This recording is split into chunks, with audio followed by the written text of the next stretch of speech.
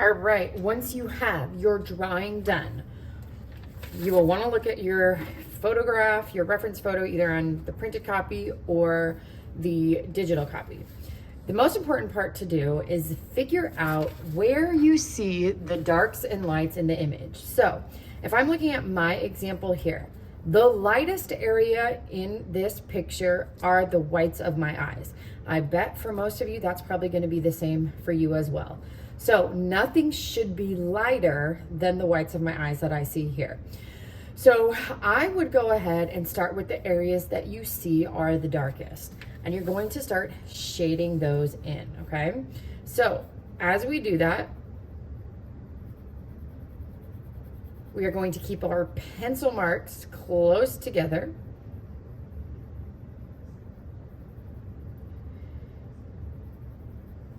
And make sure that we are playing around with pressure, all right? So if an area is really dark and then it goes light, make sure we account for that, all right? So there's a big highlight where the reflection is there.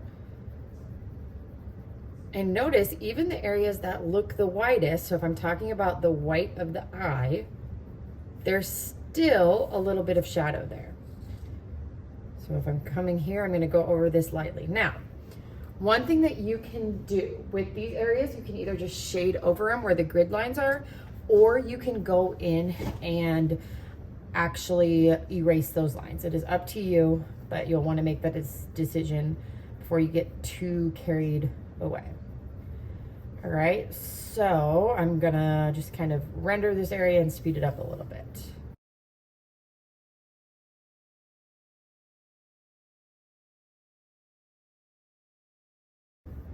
All right, if you get an area that's too dark, use your eraser as a tool to go in and take out some of that darkness.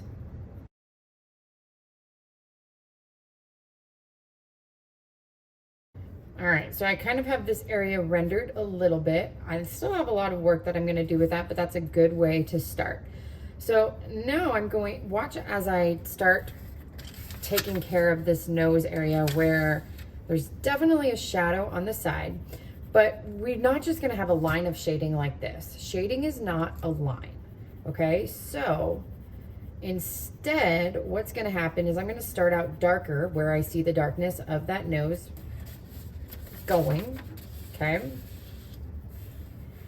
And it's gonna carefully fade out with value. So notice there is no area on my skin that is lighter than the white of my eye, so everything is going to be shaded in. You see all these little pencil marks right now? Eventually I will show you how we can kind of smooth them out, but we want to make sure that we have the shading in there first, okay? So I'm gonna go ahead and just kind of do the other side a little bit to show you the difference in if we don't fade it out. So let's say I just take this and I go in really heavy like this. See how much different that looks, okay? This has a nice gradual fading out, and that is what we want to have, okay? And notice the direction in which I'm doing this to go in with the shape of the nose.